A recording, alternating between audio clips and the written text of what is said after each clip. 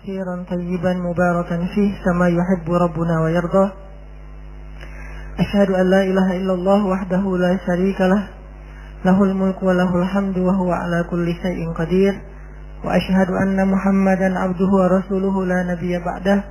اللهم صل وسلم وبارك على سيدنا محمد وعلى آله وصحبه أجمعين. Ibu-ibu dan teman-teman sekalian yang dirahmati Allah Subhanahu wa taala, pertama-tama puji syukur kepada Allah atas nikmat yang Allah kasih buat kita hari ini. Pasti banyak banget nikmat yang Allah kasih, walaupun hanya sebagian kecil yang kita sadari.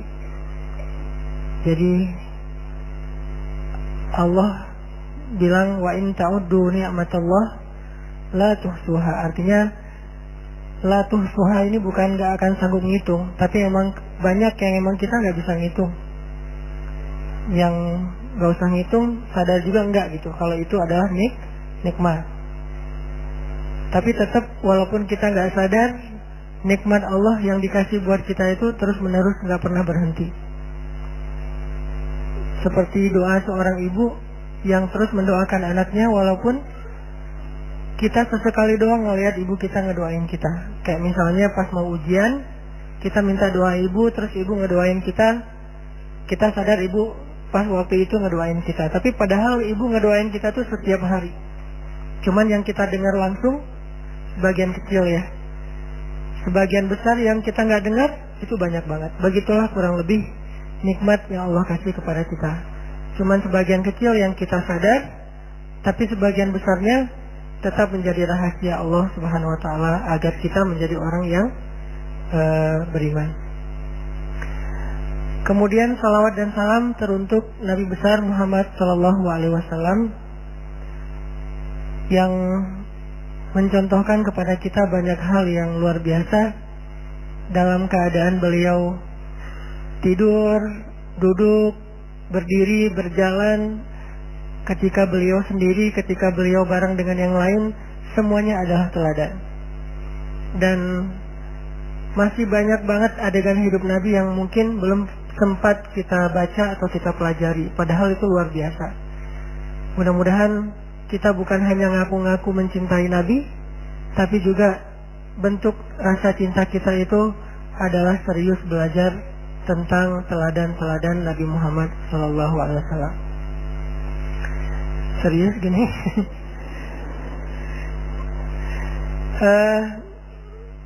Ibu-ibu dan teman-teman sekalian yang dirahmati Allah, hari ini kita bahas satu bab yang penting dalam kehidupan sehari-hari kita, melawan ego. Pernah ngerasa ngelawan ego? Sering ya? Pernah les grup?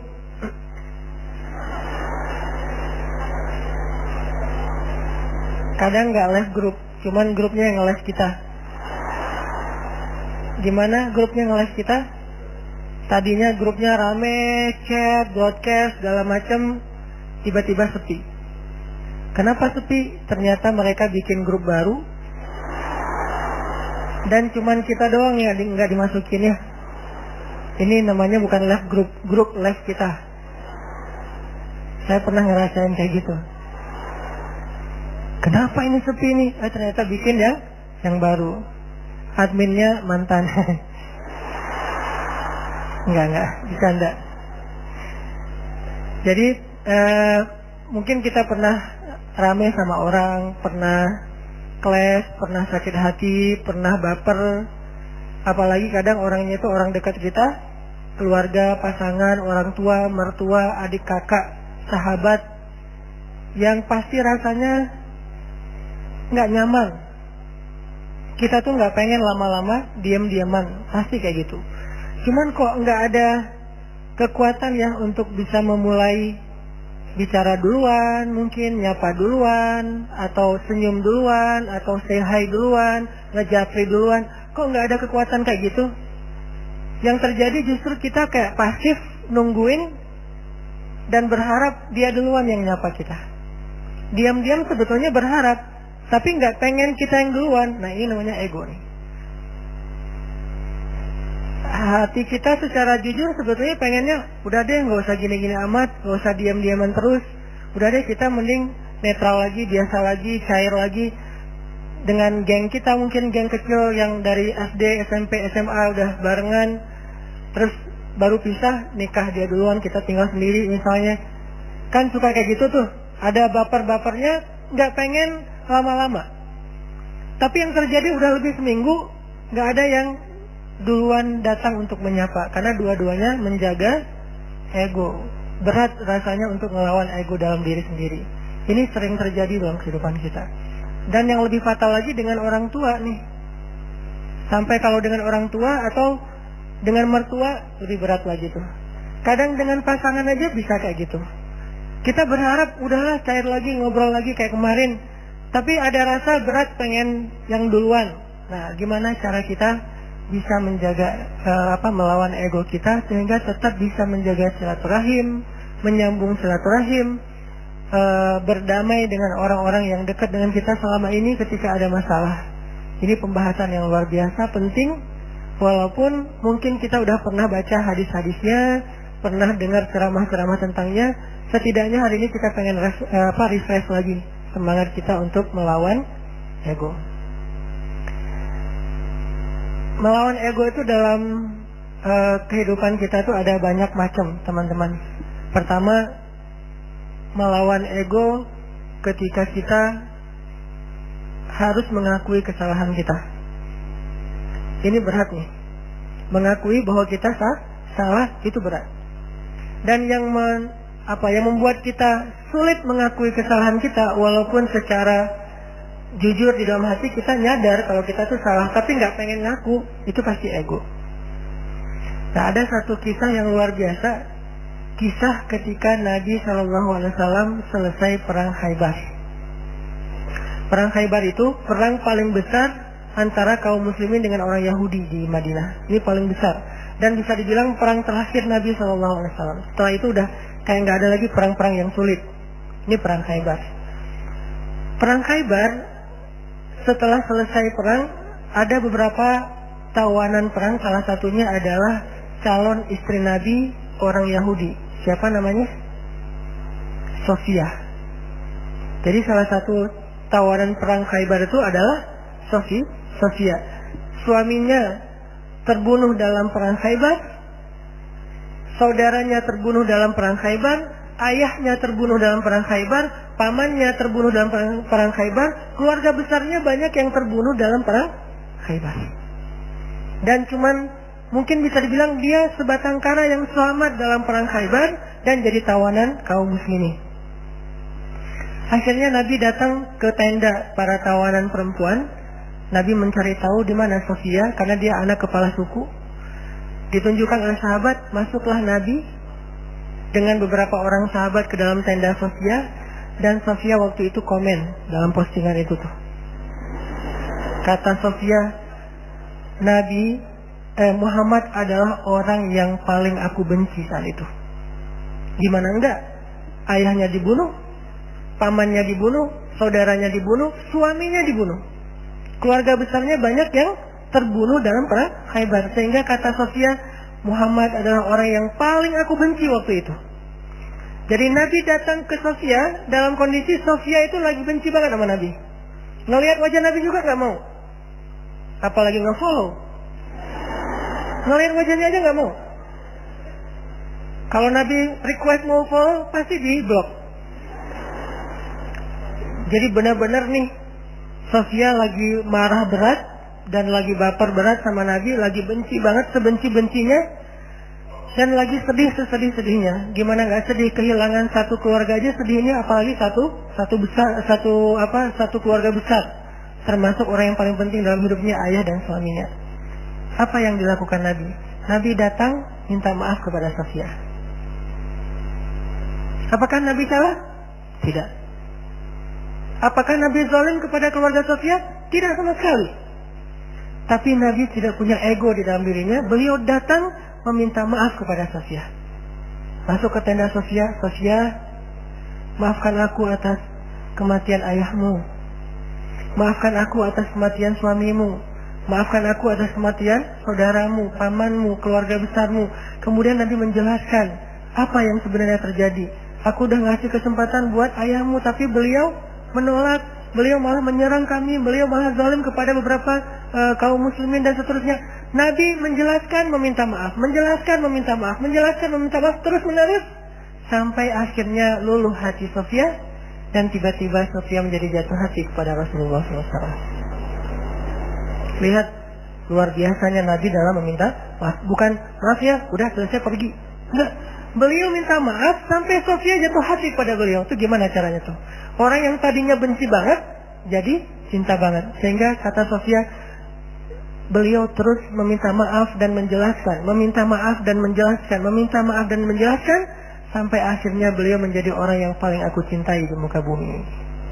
Ini luar biasanya akhlak Nabi SAW. Jadi Nabi itu bukan hanya bisa bikin orang yang lagi bete jadi happy, malah orang yang jadi lagi haters banget jadi followers dan fans berat. Bukan fans lagi, loversnya jadi pencinta. Ini artinya ada pelajaran gimana melawan ego. Mengakui bahwa kita salah, walaupun posisi Nabi sebetulnya beliau nggak salah. Namanya perang pasti ada adu fisik segala macam. Lagian kalau kita baca kronologis cerita perang Khaybar, maka kita akan lihat bahwa Nabi itu udah toleran banget, udah ngasih kesempatan banget, udah ngasih banyak tawaran-tawaran yang nggak harus perang deh. Udah kita damai aja, tapi mereka nggak mau. Akhirnya nggak bisa dihindari, terjadilah perang. Kalau kita baca kronologis panjangnya perang Khaybar. Tapi dalam kondisi Nabi nggak bersalah, Nabi nggak zalim, Nabi nggak pernah mencurangi hak orang lain, Nabi masih datang kepada perempuan ini untuk meminta maaf. Gimana dengan kita yang mungkin kondisi kita nggak seperti Nabi yang suci, yang maksum? Pasti ada salahnya kita. Walaupun kadang-kadang yang pertama salah orang lain, yang pertama salah itu mungkin teman, salah ngomong, salah sikap, atau kadang-kadang sikapnya bukan sesuatu yang gimana, cuman diam doang. Kadang dia diam, kita baper. Akhirnya bapernya tuh berlarut-larut sampai keinget lagi yang dulu-dulu, jadilah diakumulasi jadi rame. Emang sih dia dari dulu tuh kayak gitu, dibawa yang dulu-dulu. Padahal katanya dulu udah dimaafin, tapi masih dibawa lagi. Nah ini artinya kalau Nabi aja yang nggak bersalah datang meminta maaf duluan, dan meminta maafnya tuh nggak sekali, berjam-jam loh. Kalau kata periwayat cerita itu berjam-jam Nabi minta maaf, sampai membuat Sofia perlahan-lahan yang tadinya nggak mau ngelihat mulai ngelihat, yang tadinya nggak mau senyum mulai matanya agak sedikit nggak mau melotot lagi gitu. Terus lama-lama Sofia mulai antusias, lama-lama Sofia tersenyum, dan kemudian Sofia malah luluh hatinya, bahkan jatuh hati kepada Nabi. Bukan karena Nabi keren, kece, bukan, karena akhlaknya yang luar biasa. Baru Sofia mengakui kepada Nabi, mengatakan, beberapa malam yang lalu saya mimpi. Baru Sofia jujur. Mimpi apa? Saya mimpi, dalam mimpi itu rembulan jatuh ke dalam pangkuan saya. Rembulan purnama banget jatuh ke dalam pangkuan Sofia. Lalu saya ceritakan mimpi ini kepada suami saya dipukul sama suami saya, ditampar sama suaminya. Kenapa? Karena suaminya tahu makna dari mimpi. Kata suaminya, kamu jangan macam-macam. Kamu tertarik dengan laki-laki yang di Madinah, maksudnya Muhammad. Padahal Sofia nggak pernah tahu tentang Muhammad, tapi Allah ilhamkan lewat mimpi bahwa kelak Sofia itu akan menjadi salah satu yang mendampingi hidup Nabi Muhammad SAW. Baru Sofia ngomong, kalau saya mimpi rembulan jatuh ke dalam pangkuan saya, tapi saya masih nggak percaya, mana mungkin pembunuh suami saya akan jadi suami saya. Pembunuh ayah saya bakalan mendampingi hidup saya. Tapi ketika melihat akhlak Nabi, semuanya berubah. Dialah yang paling layak untuk saya. Ini melawan ego dengan cara meminta maaf. Dan itu nggak gampang. Tapi walaupun itu nggak gampang, justru karena dia sulit, balasan di sisi Allah ini luar biasa. Sehingga ada kaidah dalam fikih, al-jaza min jinsil amal, al-jaza ala qadril masyaqqah. Balasan itu tergantung sulitnya beramal. Balasan itu tergantung sulitnya beramal. Makin sulit dalam beramal, makin besar balasan di sisi Allah Subhanahu wa taala. Jadi kalau kita ngerasa meminta maaf, mengakui kesalahan itu adalah hal yang berat, yang sulit, berarti itu ibadah yang luar biasa pahalanya. Lebih gampang mana coba saya tanya? Meminta maaf atas kesalahan kita dengan sholat sunnah qobliyah 2 rakaat. Lebih gampang sholat sunnah. Bahkan terkadang lebih gampang tahajud daripada minta maaf. Kadang-kadang lebih gampang melaksanakan tahajud. Ada orang tahajudnya rajin, tapi nggak pernah mau ngaku kalau dia salah. Kan berarti lebih sulit meminta maaf ya. Maka dari itu menjadi salah satu indikasi bahwa meminta maaf dalam kondisi tertentu pahalanya lebih besar daripada ibadah tahajud. Kenapa? Karena dia lebih sulit. Al-jaza'u ala qadril masyaqqah. Balasan itu tergantung tingkat kesulitan dalam beramal. Ada 2 orang yang datang ke masjid. Yang satu jarak rumahnya cuma di sebelah masjid. Yang satu lagi jauh dari masjid. Kemudian kondisinya hujan, sehingga dia hujan-hujanan datang ke masjid dingin, berdiri di saf pertama di belakang imam, barengan nih. Tapi pahalanya beda. Tergantung apa? Tergantung kesulitan. Yang satu dekat masjid, pahalanya pahala berjamaah. Yang kedua, jauh dari masjid, pahalanya berjamaah dan effort yang lebih. Begitu juga kita ketika kita ngerasa ada ego yang harus kita lawan. Makin berat ego yang harus kita lawan, makin besar pahala dari ibadah itu. Ini namanya meminta maaf. Gak gampang. Bahkan Nabi SAW kadang meminta maaf kepada pasangannya, kepada keluarga besarnya, kepada sahabatnya kalau beliau pernah menyakiti mereka. Buktinya apa? Sebelum Nabi wafat, dalam kondisi sakit berat, Nabi itu lagi meriang, lagi gigil gitu. Tiba-tiba Nabi berdiri dalam keadaan yang nggak gemetar gitu, nggak kuat berdiri. Nabi berdiri di depan mimbar. Nabi mengatakan, wahai sahabat-sahabatku, wahai sahabat-sahabatku, kalau aku pernah menyakiti kalian sebelum ini, maka maafkanlah aku. Jika kalian ingin mengambil hak kalian untuk membalas, maka balaslah sekarang, karena mungkin ini adalah pertemuan kita yang terakhir. Bayangin seorang nabi yang jasanya itu udah lebih daripada ibu ke anak kan? Jasa ibu ke anak masih kalah dengan jasa nabi kepada umatnya. Kalau ibu ke anak jasanya apa? Mengandung, melahirkan, menyusui, membesarkan. Kalau jasa nabi bukan cuma di dunia, tapi juga di akhirat. Nabi itu paling berjasa dalam hidup kita, bahkan lebih daripada orang tua kita. Orang tua kita nanti di akhirat ninggalin kita loh. Begitu bangkit dari kubur, semuanya jalan sendiri-sendiri. Bahkan kalau kita dikuburin satu kuburan dengan pasangan kita, cinta sejati ini pengen satu kuburan berdua, nanti begitu bangkit tetap aja nggak saling menolong, bahkan saling meninggalkan. Kenal nggak? Kenal. Jadi pas kita bangkit dari kubur, baru dihidupkan kembali, kita ngeliat ke sebelah, ada dia di sebelah.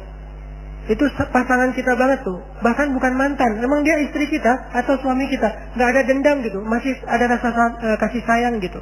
Bangkit dari kubur ngelihat pasangan kita, sama sekali kita nggak mikirin untuk menolong dia. Pergi aja sendiri. Dia juga gitu pergi sendiri. Yauma yafirrul mar'u min akhihi wa ummihi wa abihi wa sahibatihi wa bani likulli imri'in minhum yawma idzin sya'nun yughni. Hari ketika seorang ibu ayah meninggalkan anaknya, ketika istri suami meninggalkan pasangannya, ketika adik kakak meninggalkan saudaranya, ketika sahabat karib meninggalkan sahabatnya, setiap orang sibuk hanya dengan urusannya sendiri-sendiri. Cuman satu orang yang hari itu peduli kepada kita.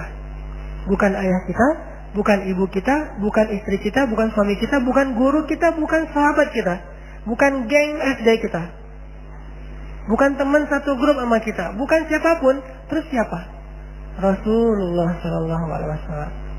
Cuman Nabi yang paling sibuk di hari itu. Nyari-nyari kita, terus minta ke Allah, ya Allah selamatkan dia, nyari lagi, ya Allah selamatkan dia, terus saja sepanjang waktu. Jadi Nabi itu orang yang paling berjasa. Jadi walaupun kalaupun beliau pernah menyakiti, ya sudah hak beliau untuk dimaafin. Kecil kesalahan beliau kalau pernah pun menyakiti sahabat dibandingkan dengan jasa yang sangat besar. Dan gak mungkin juga Nabi sengaja menyakiti, pasti gak sengaja. Tapi dalam kondisi kayak gitu Nabi masih minta maaf, bayangin. Seorang Rasul, utusan Allah, kekasih Allah, minta maaf kepada umatnya. Terus siapa kita sebagai suami harus merasa ego meminta maaf kepada istri? Apakah kita lebih mulia daripada Rasulullah? Siapa kita sebagai istri merasa ego meminta maaf kepada suami? Apakah kita lebih mulia daripada Rasulullah? Meminta maaf kepada orang tua, meminta maaf kepada anak, meminta maaf kepada mertua, teman dan seterusnya, apakah kita lebih mulia daripada Rasulullah yang udah sempurna? Tapi beliau tetap meminta maaf kepada umatnya. Nabi berdiri dalam keadaan susah payah. Padahal Nabi kalau pengen minta maaf bisa aja mention aja kan, nggak usah harus ketemu orangnya kan ya. Tinggal add siapa minta maaf ya, udah. Nabi bisa telepon, Nabi bisa japri, Nabi bisa ngutus orang, kasih tahu ke dia saya minta maaf. Atau suruh ngumumin sama kayak Abu Bakar gitu. Abu Bakar berdiri di atas mimbar, wahai kaum muslimin, Rasulullah lagi sakit keras. Beliau berpesan minta maaf kalau ada salah kepada kita semuanya. Bisa kan? Tapi saking seriusnya Nabi minta maaf, beliau dalam keadaan sangat lemah dan itu sakit yang membuat beliau wafat loh. Berarti sakit keras banget nih. Tapi beliau sempat-sempatin untuk berdiri di atas mimbar dalam keadaan gemetar dan mengatakan, maafkanlah aku wahai kaum muslimin, wahai sahabat-sahabatku. Dan kalau kalian sulit menerima permintaan maaf, maka balaslah sesuai dengan hak kalian. Nabi siap dibalas. Dan itu jujur dari Rasulullah. Tiba-tiba seorang sahabat yang kita tahu, Ukasyah, berdiri mengatakan, ya Rasulullah, saya akan mengambil kisos. Para sahabat semuanya kaget. Ukasyah kok tega banget sama Nabi. Nggak ngelihat Nabi lagi sakit keras. Dan itu kekasih mereka semua. Mereka lebih mencintai Nabi daripada orang tuanya, daripada pasangannya. Makanya ada istilah bi'adi wa ummi anta ya Rasulullah. Engkau lebih kami cintai dari semuanya ya Rasulullah. Tiba-tiba Ukasyah bilang, ya Rasulullah, saya menuntut kisos. Karena dulu Rasulullah pernah mencambuk punggung saya ketika sedang mengendarai onta. Nggak sengaja kena pas ngangkat kayak cambukan gitu untuk ini onta, kena Ukasyah. Nabi langsung meminta dipapah untuk turun dari mimbarnya. Wahai Ukasyah, ambillah hakmu. Sama sekali nggak berubah wajah Nabi. Sama sekali Nabi itu nggak merasa, Ukasyah, ya sih, cuman nggak gitu-gitu amat kali. Itu saya lagi sakit. Enggak. Ukasyah, kamu nggak ngeliat nih wajah saya pucat kayak gini. Ukasyah tega banget sih sama aku. Enggak sama sekali nih Rasulullah. Tulus banget minta maaf. Kalau kita kan kayak minta maaf itu basa-basi ya. Minta maaf dengan harapan dia juga ngakuin kalau kesalahan dia lebih banyak gitu. Agak-agak kurang tulus sih, modus banget kalau kita. Kalau Rasulullah itu tulus banget. Begitu Ukasyah minta kisos, Rasulullah turun dan Rasulullah bilang, tolong ambilkan cemeti untuk Ukasyah. Diambilkan oleh sahabat. Terus Ukasyah pegang itu, kata Ukasyah, ya Rasulullah, waktu itu saya nggak pakai baju. Nabi pakai baju tebal karena beliau lagi meriang. Kata Ukasyah, waktu itu saya nggak pakai baju. Nabi langsung membuka baju beliau. Nggak pakai baju sama sekali. Kata sahabat, ya Rasulullah, biar saya aja yang ganti engkau. Ya Ukasyah, aku aja yang ganti Rasulullah. Kalau kamu mau tambahin aja 10 kali lipat. Tapi jangan Rasulullah, kami aja yang ganti Rasulullah. Banyak yang jadi relawan pengen gantiin posisi Nabi. Abu Bakar, Umar, semuanya pengen gantiin. Ukasyah diam dan Nabi mengatakan, tidak. Itu adalah kewajiban aku untuk Ukasyah. Itu hak Ukasyah. Minggir. Pada minggir semuanya. Nangis sahabat. Melihat Nabi diperlakukan gitu-gitu amat. Seandainya boleh tuh udah digebukin tuh Ukasyah. Cuman kan nggak boleh. Karena itu hak Ukasyah ya. Pada sebel semuanya. Pokoknya habis ini kita unfollow semuanya. Di blog nggak ada yang boleh ngomong sama Ukasyah. Pokoknya Ukasyah itu harus dikucilkan. Udah pada sebel semuanya sama Ukasyah. Ada yang di sebelahnya, Ukasyah apaan sih lo? Kayak gitu-gitulah. Ukasyah diam aja. Nabi membuka bajunya, nggak pakai baju sama sekali sehingga kelihatan kulit beliau yang bersih, badan beliau yang mulai kelihatan beliau lemah banget, sakit. Lalu Ukasyah mendekat, Nabi bersiap dan Nabi udah pasrah. Kenapa? Karena Nabi tidak mau zalim kepada siapapun. Langsung dibuang tuh sama Ukasyah semetinya, langsung dipeluk oleh Ukasyah, dicium punggungnya Nabi oleh Ukasyah. Nabi kaget, Ukasyah ada apa? Ukasyah ada apa? Sahabat juga kaget, apa-apaan sih ini? Makin kaget gitu. Jangan-jangan kalau di zaman sekarang oh ternyata Ukasyah melukin Nabi, erat banget dipeluk. Terus kata Ukasyah, ya Rasulullah, masalah itu jauh-jauh hari udah saya lupakan. Saya itu mah nggak penting. Kalau Nabi mau cambukin aja lagi saya 1000 kali, nggak masalah buat saya. Saya hanya pengen kali ini karena Nabi bilang pertemuan terakhir, maka untuk terakhir kalinya saya pengen menyentuh kulit Nabi Muhammad SAW. Tapi nggak usah gitu-gitu amat juga ya kali ya sama saya kita mah. Ini agak unik nih caranya nih. Cuman Allah alam ya kondisi waktu itu, jangan menjudge sejarah. Yang jelas Ukasha meluk, terus Nabi mengatakan kulit yang bersentuhan dengan kulitku maka Allah haramkan dari api neraka. Yang lain pada heboh, oh yaudah ikutan, heboh gitu. Sambil meluk, sambil selfie, ada yang pengen update status gitu kalau zaman sekarang. Kan nggak lupa ya kemana-mana bawa handphone, sadar kamera banget. Lihat gimana Rasulullah SAW itu serius minta maaf. Padahal salah apa sih Nabi kepada umatnya? Kalaupun ada juga nggak sengaja, lagian jasa beliau jauh lebih besar, tapi masih mau minta maaf. Dan minta maafnya itu bukan nunggu sembuh, bukan nunggu sehat. Dalam keadaan sakit keras juga beliau datangin orang untuk minta maaf. Artinya, seandainya Ukasha nggak ada di situ, Nabi datangin tuh rumah Ukasha minta maaf. Bukan ditelepon, didatangin orangnya. Didatangin orangnya buat apa? Meminta maaf. Apa yang membuat Nabi begitu luar biasa bisa melawan ego beliau? Iman. Obat ego itu adalah iman. Karena beliau yakin semua yang terjadi di dunia ini nanti akan dipertanggungjawabkan nanti di akhirat. Dan di atas pertanggungjawaban itu ada satu hal lagi. Karena meminta maaf itu adalah salah satu ciri hamba yang dicintai Allah Subhanahu wa taala. Allah tuh cinta banget sama hamba yang senang meminta maaf, baik kepada Allah ataupun kepada manusia. Allah senang banget. Makanya ada istilah li'ajlika rabbi.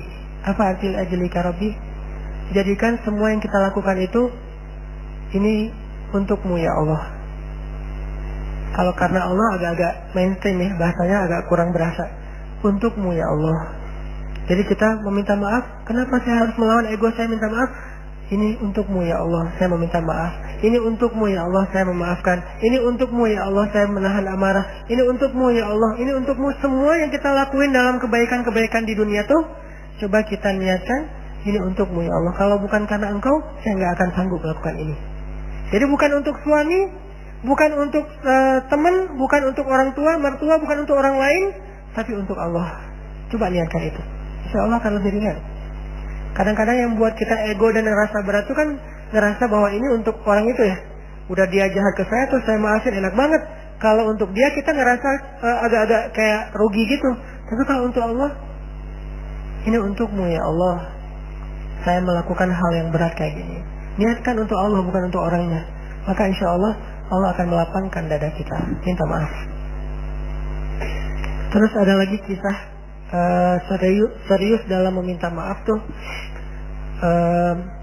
Kalau kita baca sejarah sahabat ya teman-teman, ternyata sahabat Nabi itu sesoleh apapun tetap aja ada cerita clash di antara mereka, baper-baperan, terus ada yang kayak diem-dieman, ada yang putus kontak, ada yang di-reject, berkali-kali telepon di-reject. Ada aja kisah kayak gitu di zaman dulu. Walaupun mungkin analoginya analogi kekinian, tapi kayak gitu adegannya ada di zaman dulu. Padahal mereka orang soleh. Cuman bedanya mereka sama kita apa? Recovery-nya gampang.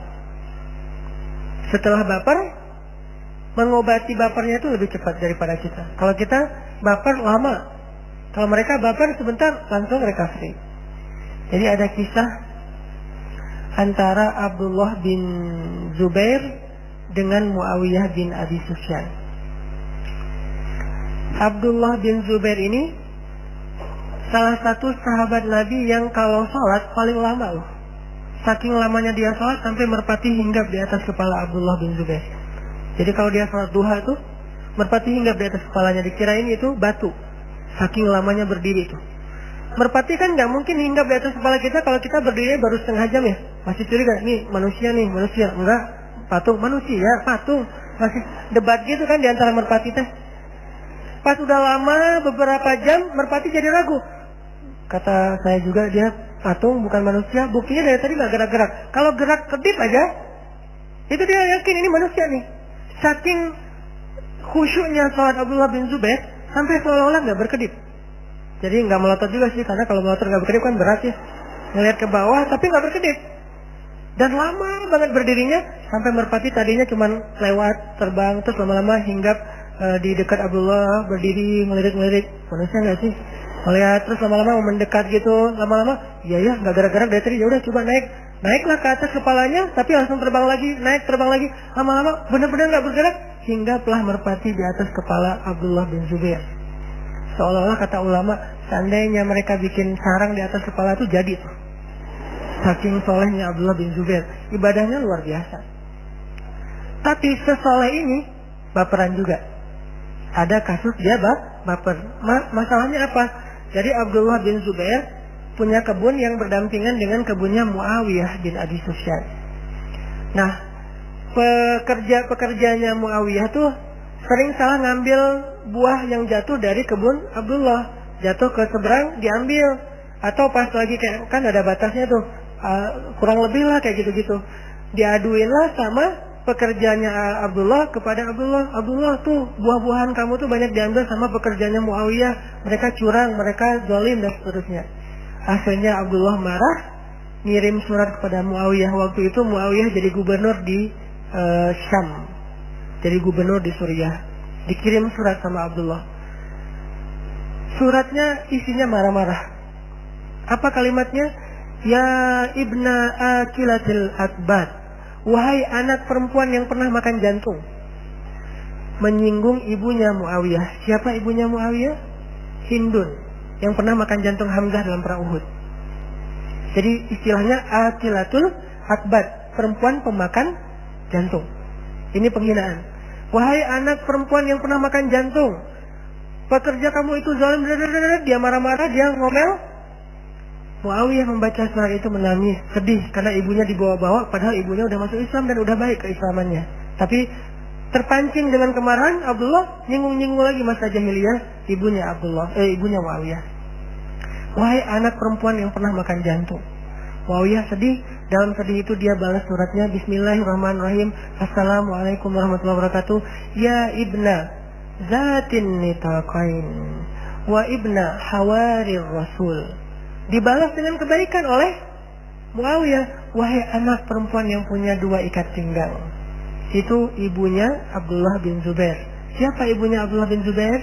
Asma bintu Abi Bakar, anaknya Abu Bakar, kakaknya tetehnya Aisyah, Asma binti Abu Bakar. Dan Asma ini julukannya adalah Zatin Nitaqain, perempuan yang punya dua ikat pinggang. Kenapa dijulukin kayak gitu? Karena dulu ketika Nabi pengen hijrah, Asma itu membuka ikat pinggangnya yang dari kain, disobek jadi dua bagian. Satu bagian dipakai ngikat bawaan Nabi, satu bagian lagi dipakai ngikat bajunya sendiri. Sehingga sejak saat itu Asma dikenal dengan pujian Zatin Nitaqain, perempuan yang membuat dua ikat pinggang, bahwa dia berjasa dalam hijrah Nabi. Celaan Abdullah kepada Muawiyah dibalas dengan pujian Muawiyah kepada Abdullah. Wahai anak seorang perempuan yang punya dua ikat pinggang, dan anak seorang laki-laki yang dijuluki Hawarin Nabi. Apa arti Hawari? Penolong, yang menjadikan tubuhnya sebagai tameng buat Nabi, yang pasang badan untuk Nabi. Pujian-pujian untuk ayah dan ibunya Abdullah bin Zubair. Saya minta maaf kalau ada kesalahpahaman dan seterusnya, saya akan ganti rugi. Begitu baca surat dari Muawiyah, Abdullah juga merasa sadar dan menangis. Duh, saya salah ngomong, saya udah zalim, saya udah jahil. Akhirnya Abdullah langsung ngambil ontanya, berangkat ke Suriah. Bayangin dari Madinah, hari itu dia terima surat, hari itu juga dia langsung berangkat ke Suriah. Ngapain? Minta maaf. Kan bisa aja balas surat. Kan tadi japri doang kan? Udah balas aja japrinya. Kalau DM, balas aja DM-nya. Ngapain harus ketemu orangnya? Seserius itu mereka meminta maaf. Jadi minta maaf itu adalah amal yang luar biasa penting. Nggak cukup dengan japri, nggak cukup dengan ngirim surat, nggak cukup dengan ngirim utusan, nggak cukup dengan sekedar telepon. Datengin orangnya. Langsung bayangin Madinah dengan Suriah itu dulu jaraknya bisa beberapa hari perjalanan. Sekedar minta maaf satu kasus doang. Jalan sendiri. Dan itu nggak pakai rombongan, sendiri langsung pergi ke sana. Sampai di Suriah mencari Muawiyah, dan langsung Abdullah mengatakan, ya Muawiyah, saya sudah zalim dengan kata-kata saya, maafkanlah saya. Kenapa dia begitu serius meminta maaf? Karena dia yakin, faman ya'mal mithqala dzarratin khairan yarah wa man ya'mal mithqala dzarratin syarran yarah. Ucapan nanti akan dipertanggungjawabkan di akhirat. Iman mengalahkan ego. Makanya dia datangi Muawiyah, dia minta maaf kepada Muawiyah. Udah cukup segitu, datang dari jarak jauh? Belum. Ditambah lagi dengan apa teman-teman? Abdullah mengatakan, sebagai bentuk keseriusan saya meminta maaf wahai Muawiyah, saya hadiahkan seluruh kebun saya itu untuk kamu. Ini seriusnya minta maaf. Gak cukup dengan dia datangi dari jauh, malah dia tambahin lagi dengan bentuk hadiah satu kebun kurma yang sangat luas. Ini namanya orang yang beriman. Jadi salah satu ciri orang yang beriman itu bisa ngelawan egonya dalam hal yang paling berat, karena dia yakin gimana pun beratnya memaafkan, lebih berat nanti pertanggungjawabannya di akhirat. Jadi lebih mending saya beresin di dunia deh daripada nanti diberesin di sidang Allah di akhirat, lebih berat lagi. Walaupun berat nih, tapi ada yang lebih berat nanti kita bermasalah di hadapan Allah itu lebih berat daripada kita bermasalah di dunia. Itu iman yang mengobati rasa ego dalam hati mereka. Itu yang pertama. Yang kedua, ego untuk memaafkan. Kalau yang pertama ego meminta maaf, ini aja berat. Yang kedua lebih berat lagi nih, ego memaafkan. Cuman insya Allah kalau orang yang datang meminta maaf itu kayak Nabi, siapa yang gak akan memaafkan? Kalau yang datang meminta maaf itu kayak Abdullah, sampai ngehadiahin satu kebun, siapa sih yang sulit untuk memaafkannya? Masalahnya kadang-kadang kita dua-duanya nih ego nih, yang ngerasa bersalah, minta maafnya asal-asalan, gak serius, gak kayak Nabi ngebujuk sampai Sofia yang marah jadi malah cinta kepada Nabi. Kan itu berarti usaha Nabi luar biasa ya. Kalau kita kan kadang-kadang minta maaf cuma satu kata, udah maaf, udah gitu doang kan.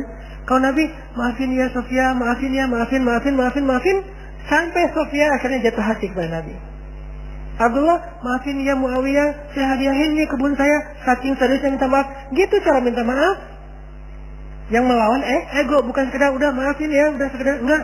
Benar-benar dia serius dan merasa harus menebus kesalahannya. Ini namanya meminta maaf. Kalau orang minta maafnya kayak gini, maka bagi yang merasa terzalimi juga akan lebih ringan memaafkan. Bagaimana kalau orang minta maaf ke kitanya nggak serius-serius amat, nggak kayak Nabi, nggak kayak Abdullah, nggak kayak cerita-cerita yang lain? Gimana cara kita memaafkan dia padahal kita ngerasa dia kayak belum serius meminta maaf, bahkan belum meminta maaf? Ada juga kisah yang luar biasa. Saya baca kisah ini malah merasa malu kepada diri sendiri dan menangis. Kisah Nabi Yusuf alaihissalam. Nabi Yusuf itu akhlaknya luar biasa. Jadi wajar banget kalau Nabi Yakub memang sayang banget sama Yusuf. Nabi Yakub punya 12 anak laki-laki yang kemudian dimisalkan oleh Nabi Muhammad seperti 12 bulan dalam 1 tahun kan ya. Dan Yusuf adalah bulan Ramadan. Nabi Yakub itu mencintai semua anak laki-laki beliau. Tapi Yusuf beda, istimewa banget. Kenapa? Karena emang dia istimewa. Akhlaknya tuh di atas rata-rata. Salah satu adegannya, kan kita tahu Nabi Yusuf itu dizolimin oleh kakak-kakaknya. Difitnah, dihina, dicuekin, gak dibawa. Kalau mereka ada acara bareng tuh Yusuf gak dibawa. Pokoknya Yusuf itu dicurangin aja oleh kakak-kakaknya. Sampai puncaknya mereka buat rencana jahat dengan cara mengajak Yusuf untuk berburu, lalu mencelakai Yusuf dengan memasukkan Yusuf ke dalam sebuah sumur yang dalam, walaupun bukan sumur yang menggenang air sehingga nggak tenggelam, tapi dalam, nggak bisa naik ke atas. Dan waktu itu usia Yusuf baru 7 tahun, kelas 1 SD. Usia Yusuf baru 7 tahun. Dilempar ke dalam sumur, bajunya diganti, baju yang aslinya dilumurin dengan darah palsu dari darah hewan, dibawa kepada Yakub, dikatakan Yusuf sudah dimakan hewan buas, serigala. Yakub tahu ini adalah makar kakak-kakaknya, nggak mungkin Yusuf dimakan serigala. Beliau tahu siapa Yusuf. Akhirnya Nabi Yakub menyendiri karena sedih. Kakak-kakaknya balik lagi ke sumur tadi ngelihat Yusuf masih hidup apa enggak. Ternyata Yusuf masih hidup. Apa yang mereka lakukan kemudian? Mereka mengangkat Yusuf ke atas, menjualnya kepada para musafir. Ini makarnya kakak-kakak Yusuf. Udah menyakiti Yusuf, menzalimi Yusuf, mencurangi Yusuf, memisahkan Yusuf dengan ayahnya, sekarang malah dijual kepada para musafir, jadi budak. Bayangin, yang memperbudak adiknya adalah justru kakaknya sendiri. 10 orang kakaknya, mereka sepakat, ya udah daripada nanti Yusuf bisa naik lagi ke atas ketemu dengan ayah, ketahuan kalau kita bohong, mending kita usir aja Yusuf jauh-jauh mungkin. Gimana caranya? Kita jual aja kepada para karavan dagang yang lewat. Lewat sekelompok karavan dagang, Yusuf diikat, kemudian mereka bilang, ini ada budak, harganya bagus nih, murah, tapi dia bisa dijual mahal nanti di Damaskus. Coba kamu beli. Akhirnya orang kaya yang berdagang itu membeli Yusuf dengan harga yang sangat murah. Ketika dibeli, mau dibawa, kakak-kakaknya diam aja, melepaskan adiknya, kayak garing gitu. Ekspresi wajahnya tuh kayak flat banget, gak ada rasa kasihan, sedih, gak ada sama sekali, gak ada kasih sayangnya. Benar-benar gak ada kasih sayangnya. Yang muncul adalah rasa dengki yang luar biasa di dalam hati mereka. Yusuf dijual kepada orang lain, adiknya sendiri. Akhirnya Yusuf sebelum dibawa oleh para pedagang yang udah membeli dia, Yusuf bilang, Tuan, kepada pedagang yang paling kaya, bolehkah saya pamitan dulu dengan orang-orang yang udah menjual saya? Dia nggak mau bilang mereka kakaknya. Kenapa? Takutnya nanti orang jadi tahu kejahatan mereka. Masih menjaga aib mereka. Kalau bilang itu kakak-kakak saya, mereka akan mempertanyakan, kenapa kakak menjual adiknya sendiri? Kok jahat banget sih kakak ini? Akhirnya nggak jadi dijual, nggak jadi beli kan? Nggak tega kepada anak ini. Tapi dia bilang, bolehkah saya pamit kepada orang-orang itu yang sudah menjual saya kepada Tuan? Kata tuannya ini, boleh, jangan lama-lama. Ya udah, datanglah Yusuf memeluk kakaknya erat satu persatu. Apa kata Yusuf? Hafizakumullah wa in dayya'tumuni. Semoga Allah menjaga kalian walaupun kalian mentelantarkan saya. Semoga Allah memelihara kalian walaupun kalian mengusir saya. Semoga Allah menyayangi kalian walaupun kalian sama sekali tidak sayang kepada saya. Didoain lagi oleh Nabi Yusuf. Dipeluk satu-satu, didoain satu-satu oleh Nabi Yusuf. Semoga Allah menjaga kalian walaupun kalian mentelantarkan saya. Semoga Allah memelihara kalian walaupun kalian mengusir saya dengan cara menjualnya. Semoga Allah menyayangi kalian walaupun kalian membenci saya. Baru Yusuf pergi. Ini kasih sayang luar biasa dari Nabi Yusuf alaihissalam, akhlak. Memaafkan kakak-kakaknya, menutupi aib kakak-kakaknya. Begitu nanti Yusuf sukses di Mesir, kakak-kakaknya datang mencari bantuan karena musim kemarau yang panjang, malah Yusuf memberikan bantuan kepada kakak-kakaknya secara diam-diam. Gak ketahuan kalau ini adalah adik mereka, Yusuf yang sekarang udah sukses. Dan dipertemukan dengan ayahnya, dimaafkan. Gak ada satupun yang dizalimi oleh Yusuf alaihissalam. Ini menjadi permisalan kisah betapa mulianya akhlak Nabi Yusuf alaihissalam. Sehingga Nabi SAW mengatakan, nanti di hari kiamat di padang mahsyar ada seorang hamba yang disidang oleh Allah, dosanya banyak banget, amal solehnya nggak ada. Tinggalin sholat ini itu segala macam, dosanya banyak banget, amal solehnya hampir nggak ada. Sehingga Allah mengatakan kepada para malaikat yang mencatat amal, coba periksa amal solehnya. Kata malaikat nggak ada. Kata Allah, periksa lagi, nggak ada, periksa lagi. Ada nih, cuma satu doang. Apa amal soleh yang satu itu? Amal soleh dia yang satu itu cuma memaafkan orang lain. Dia itu bukan ahli ibadah, bukan apa-apa. Cuman amal soleh dia itu orang yang lapang dada. Kalau ada yang bersalah ke dia, dia maafin. Dia doain kebaikan untuk orang itu. Gak pernah melakukan ibadah-ibadah yang hebat seperti ahli ibadah. Gak pernah berjihad seperti para syuhada. Gak pernah mengajarkan ilmu seperti para ulama. Satu-satunya amal soleh dia adalah gampang memaafkan orang lain. Sehingga kata Allah kepada para malaikat, masukkanlah dia ke dunia, ke surga. Sebagaimana dia memaafkan saudaranya, begitu juga aku sudah memaafkan semua kesalahan-kesalahannya. Ini kan modal banget nih. Makanya disebutkan al-jaza min jinsil amal. Balasan itu sesuai dengan jenis amal. Kalau kita maafin orang lain, Allah maafin kita. Kalau kita sulit banget memaafkan kesalahan orang lain, Allah juga akan mempersulit memaafkan kita. Jadi dosa kita tuh lama diampuni. Gara-gara apa? Kita juga lama memaafkan kesalahan orang lain.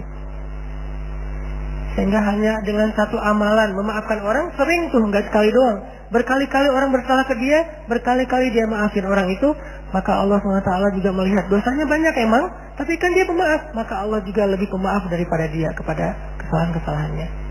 Ini teman-teman yang dirahmati Allah SWT, memaafkan yang luar biasa pahalanya di sisi Allah. Belum lagi nanti Nabi SAW bersabda,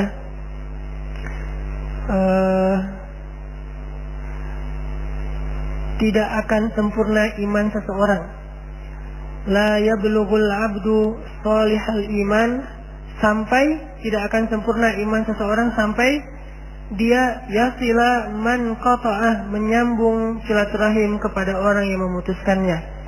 Wa yu'ti man haramah, dan memberi kepada orang yang tidak pernah mau memberi untuknya. Jadi nolongin orang yang enggak mau nolongin dia. Wa yuhsinu ila man asa'ah ilai, dan dia berbuat baik kepada orang yang udah menyakitinya. Wa yaghfiru liman syatamah, dan memaafkan orang yang menghinanya. Jadi enggak akan sempurna iman seseorang sampai dia menyambung silaturahim dengan orang yang memutuskan dia. Kemudian apa lagi? Memberikan bantuan kepada orang yang tidak pernah membantu dia. Jadi dulu ketika dia minta bantuan, orang itu nutup pintu rumahnya, nggak mau bantu sama sekali. Sekarang begitu orang itu butuh bantuan, dia membantunya. Ini artinya membalas satu keburukan dengan kebaikan. Itulah puncak dari keimanan seseorang hamba. Membalas keburukan dengan kebaikan, itulah puncak dari keimanan. Sehingga Nabi Yusuf alaihissalam disebut mukmin sejati karena beliau mampu membalas keburukan kakak-kakaknya dengan doa-doa dan akhlak yang sangat baik. Ini melawan ego. Apa yang membuat kita mampu melakukan ini? Balik lagi kepada iman. Man kana yu'minu billahi wal yaumil akhir falyusil rahimah. Siapa yang beriman kepada Allah dan hari akhir, hendaklah dia menyambung silaturahim. Pertanyaannya, apakah kita tetap harus menyambung silaturahim dengan mantan? Karena zaman modern sekarang pasti ada cerita-cerita SMA lah, kuliah segala macam. Perlu nggak nyambung silaturahim? Nggak perlu. Jangan balikan lagi. Jangan tiba-tiba nge-like lagi postingan dia. Jangan tiba-tiba komunikasi lagi diam-diam. Kenapa? Karena walaupun niat kita pengen silaturahim, tapi niat baik kita itu ditunggangi oleh syaitan dengan waswasus syaitan. Dia ingin memunculkan lagi fitnah dalam urusan hidup kita. Bisa jadi fitnahnya munculin lagi perasaan yang nggak boleh ada di hati kita untuk orang itu. Bisa jadi memunculkan konflik di dalam rumah tangga kita. Kenapa saya bilang nggak boleh? Sampai Nabi aja membolehkan kita berbohong untuk bab ini. 3 bohong yang dibolehkan kan? Pada dasarnya dusta itu haram kecuali 3 kondisi. Berdusta dalam perang, taktik perang itu nggak boleh jujur. Kita mau perangnya nanti strateginya gini, nggak boleh. Dan yang namanya perang itu nggak boleh jujur, harus pakai taktik. Kedua, berdusta demi mendamaikan 2 orang yang bertengkar. Satu bawa golok ngejar-ngejar, kamu lihat nggak tadi orang ada yang lewat depan kamu? Sejak saya berdiri di sini nggak ngeliat kecuali kamu. Dusta, karena tadi ada yang lewat, dia dusta demi menyelamatkan orang itu dari pembunuhan. Yang ketiga, seorang istri atau suami berdusta tentang masa lalunya dengan niat ingin melupakan. Bukan dengan niat pengen balikan ya, dengan niat pengen ngelupain. Nggak boleh jujur, karena jujur di sini justru menyakitkan. Apalagi jujur aja nggak boleh, apalagi ngelakuin balik lagi kan ya. Nyambung silaturahim, kan ini silaturahim. Enggak, khusus bab ini enggak perlu balikan lagi. Udah aja lupain. Mudah-mudahan itu menjadi masa lalu kita yang Allah ampuni dosa-dosa kita. Maka sekarang hidup kita hanya untuk orang yang benar-benar sudah mengambil kita dengan nama Allah. Saya terima nikahnya dan seterusnya dan seterusnya. Jadi saya kasih catatan, jangan sampai nanti disalahartikan kata usaha, nyambung silaturahim kepada orang yang menyakiti kamu. Sambung orang yang memutuskan, dia dulu mutusin saya, sekarang saya pengen nyambungin. Jangan. Ini bukan mutusin dalam makna gitu ya, beda arti memutuskan di sini. Kalau perlu udah nggak usah ketemu. Kenapa? Merusak hati kita atau hati dia. Kalau misalnya pasangan kita kenal, malah merusak hati pasangan kita, dan itu nggak baik. Benar-benar diputuskan bukan karena kita memutuskan silaturahim, tapi karena kita ingin menghindar dari dosa-dosa. Kemudian ada lagi cerita dari Imam Syafi'i. Ini akhlak Imam Syafi'i. Imam Syafi'i juga di masa hidupnya tuh banyak haters. Setelah Imam Syafi'i juga ada haters. Jadi followers Imam Syafi'i itu bukan cuman karena pengen belajar kepada beliau, haters beda mazhab. Imam Syafi'i ditahzir, Imam Syafi'i dibid'ah-bid'ahin, Imam Syafi'i dibilang ngada-ngada, Imam Syafi'i dibilang nggak punya dalil, hadisnya baik segala macam. Pokoknya begitu Imam Syafi'i posting satu nasihat waminin busar, banyak hatersnya. Ya apa-apaan sih, pamer banget sih, riak segala macam. Wah, ada aja tuh haters. Sehingga bisa dibilang dari 20 juta followers Imam Syafi'i itu 1 jutanya tuh haters. Kebayang 1 juta haters kan lumayan tuh ya. Setiap posting mereka tuh aktif. Aktifnya tuh komen, nggak nge-like, nggak nge-repost, komen doang tuh. Apa kata Imam Syafi'i? Mereka mencela aku, maka aku tidak ingin membalasnya dengan keburukan yang sama. Mereka menghina aku, mereka menjauhi aku, mereka memfitnah aku, maka aku balik mendoakan mereka dengan doa-doa yang baik. Karena sesungguhnya mukmin itu seperti ud. Tahu ud? Ud itu kayu Arab yang memang punya harum. Dia tuh jadi kayak parfum. Orang Arab itu kan ada 2 parfum ya, parfum cair sama parfum yang dibakar kan kayak dupa gitu kan. Nah, yang dibakar itu namanya kayu ud. Jadilah seperti kayu ud yang makin dibakar makin mengeluarkan asap yang harum. Itulah perumpamaan mukmin. Makin dibakar dengan celaan, dibakar dengan akhlak yang tidak baik, dibakar dengan berbagai macam tuduhan-tuduhan, dia makin harum. Kalau nggak dibakar, nggak ketahuan harumnya, kecuali kita cium dari jarak dekat. Begitu dibakar, jadi harum. Itulah mukmin. Kalau kita mau jadi mukmin sejati, jadilah jadilah kayu yang harum. Ketika dibakar, asapnya memberi keharuman satu ruangan. Makin dibakar, makin harum. Jadi dia memberikan keharuman dan kebaikan untuk orang lain dengan cara mengorbankan dirinya sampai habis kayunya terbakar. Subhanallah, inilah yang disebut dengan mukmin. Makanya orang yang kayak gini, teman-teman, ketika kita dalam kondisi-kondisi yang seperti ini, difitnah, kita baper, kita sedih, itu kondisi kita yang paling dekat sama Allah. Kalau kita bersabar, justru Allah itu ngedukung kita banget. Tapi kalau kita kepancing, Allah nggak akan ngedukung kita. Karena ada kisah di zaman Nabi. Nabi lagi lewat di sebuah pasar. Namanya di pasar kan ada aja orang bertengkar ya. Kayak di Mesir itu suka aja di Damri itu, kalau saya naik Damri, setiap hari saya naik Damri pasti ada yang bertengkar. Ya Ahmad, apa segala macam. Ahmad itu celaan orang Mesir ke temannya, keledai. Kamu tuh keledai segala macam, marah-marah, teriak-teriak. Terus nanti orang di sebelahnya ngedamain dengan bilang, sallu ala Nabi, salawat kepada Nabi. Akhirnya dia diam, sallallahu alaihi wasallam. Itu cara mereka ngedamain, suruh salawat. Kadang-kadang juga lagi marah-marah gitu, ngomel-ngomel, sebelahnya bilang sallu ala Nabi, dia salawat tapi marah juga, sallallahu alaihi wasallam, lanjutin lagi marahnya. Ada yang kayak gitu, ada yang tenang, dimarah-marahin, dipanggil keledai segala macam, dia jawab apa?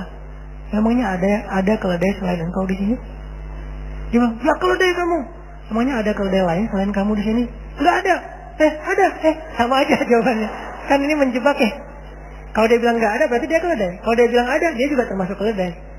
Akhirnya dia bingung, orang pada ketawa satu bus, gitu-gitu. Banyak pokoknya kejadian-kejadian orang bertengkar di Damri kalau di Mesir itu banyak. Terutama bulan Ramadan. Karena orang Mesir itu nggak tahan lapar. Jadi kalau siang puasa itu, pasti yang bertengkar itu 2 kali lipat lebih banyak kasusnya. Cuman hebatnya mereka, bertengkar itu cuman mulut doang, nggak sampai baper di hati.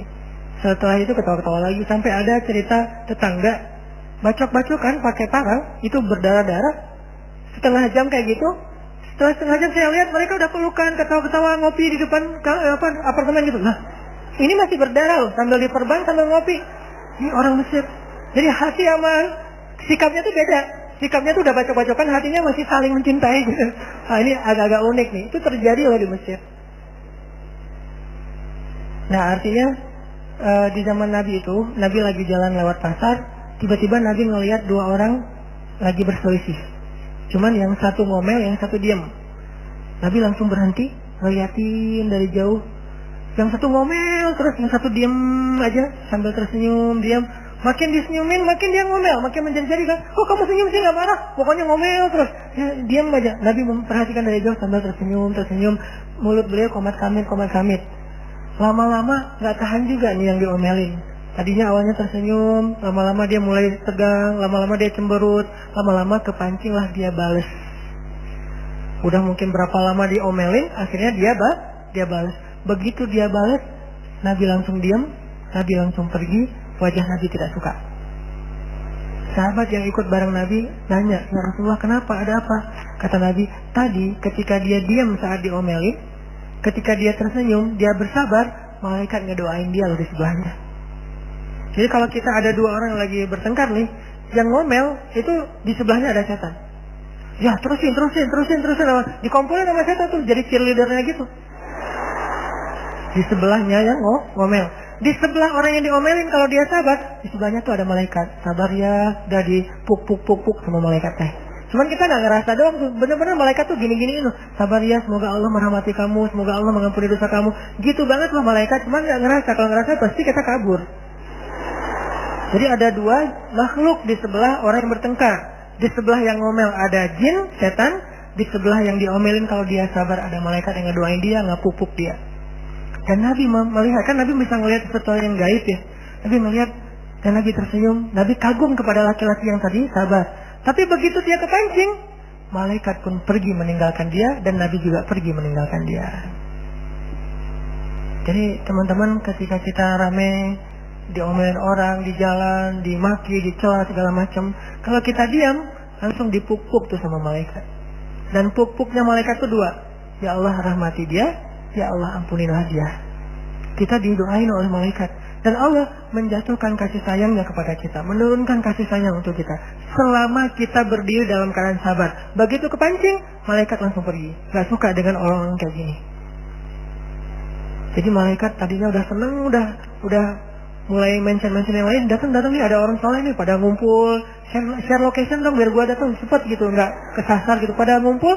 Dan itu nggak satu malaikat yang datang, dikerumunin kayak kayak makanan yang kayak gula yang dikerumuni oleh semut. Jadi ada satu butir gula ditaruh di tengah, semut berdatangan tuh. Begitulah malaikat berdatangan kepada orang soleh yang sedang sabar, diam menghadapi omelan orang lain, sikap jahil orang lain. Datang berbondong-bondong malaikat mendoakan dia. Tapi begitu dia kepancing, semut itu langsung pada pergi. Begitu juga dengan orang yang ngomel. Orang yang ngomel itu seperti bangkai yang didatangi lalat. Jadi ada satu bangkai yang bau busuk, lalat langsung berdatangan. Begitu dia istighfar, lalat itu langsung pergi. Jadi dua-duanya didampingi oleh makhluk gaib. Yang satu oleh setan, yang satu oleh malaikat. Makanya ketika kita dalam kondisi dizolimi, itu kesempatan kita tuh untuk bisa mendapatkan kebaikan dari Allah, kebaikan dari malaikat. Bahkan kalau ada Nabi, kebaikan dari Nabi. Karena Nabi komat kami ternyata ngedoain juga. Kenapa Nabi ikut ngedoain? Karena Nabi ngelihat malaikat mendoakan.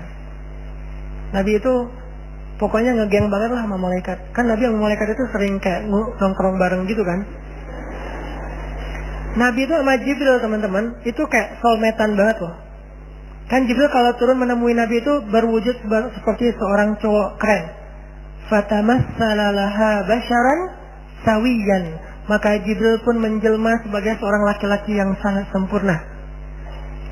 Nah, Nabi itu kalau misalnya Jibril telat datang, Nabi itu suka ngelihat ke langit. Jadi keluar dari rumah, lihat ke langit, mana ya kok nggak ada tanda-tanda Jibril datang gitu. Nggak ada tanda-tanda sama sekali.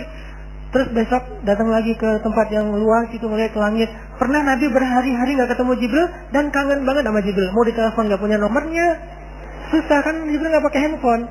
Mau digimanain doa kepada Allah, terus kayak belum datang aja Jibrilnya, udah dimention ya Allah, Jibril mana, nggak datang Jibril tuh. Setiap hari Nabi ngeliat ke langit, nggak ada Jibril, ngeliat ke langit, nggak ada Jibril, berharap sekali ngeliat tuh ada Jibril, langsung dipanggil, nggak ada sama sekali, berhari-hari. Setelah lama nggak ketemu Jibril, Nabi udah sedih banget, teman ngopi Nabi banget nih Jibril. Tiba-tiba datang Jibril, Nabi nanya, Jibril kemana aja, kangen tahu kalau bahasa kita ya. Jibril kemana aja? Akhirnya kata Jibril turunlah ayat di surat Maryam. Wa ma natanazzalu illa bi amri rabbik. Ya Muhammad, saya juga kangen, tapi sifat malaikat tidak melakukan sesuatu kecuali perintah Allah. Gimana pun Jibril kangen kepada Nabi, Allah nggak nyuruh beliau turun, maka dia tidak turun. Jadi sama-sama kangen nih, yang di langit kangenin yang di bumi juga kangen kepada yang di langit. Tapi kedua-duanya tidak bisa ketemu karena belum ada perintah Allah SWT. Wa ma natanazzalu illa bi amri rabbik. Kami tidak turun kecuali dengan perintah Allah ya Rasulullah. Walaupun kangen sebetulnya. Jibril ada emosi? Ada. Suka benci ada di hati Jibril. Cuman suka dan benci Jibril itu sesuai dengan kehendak Allah, taat.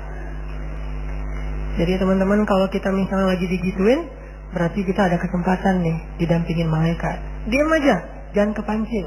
Begitu kepancing, berarti kita harus langsung berimajinasi, oh aduh malaikat pergi nih. Ini kondisi kita memaafkan. Apalagi kalau kita udah maafin, lebih banyak lagi malaikat yang mendatangin kita. Langsung jadi selebgram langit tuh.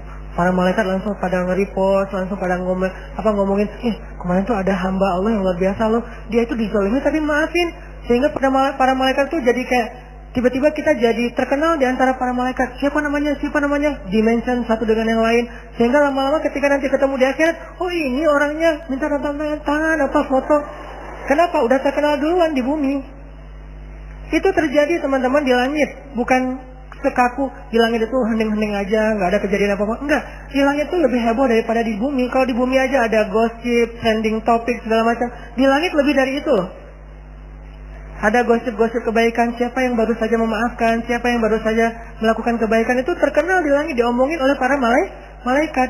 Kan malaikat itu membawa amal kita tuh pagi dan petang ya. Dan mereka ngelintasin pintu-pintu langit. Setiap pintu langit yang dilintasin, itu malaikat nanya, ada apa?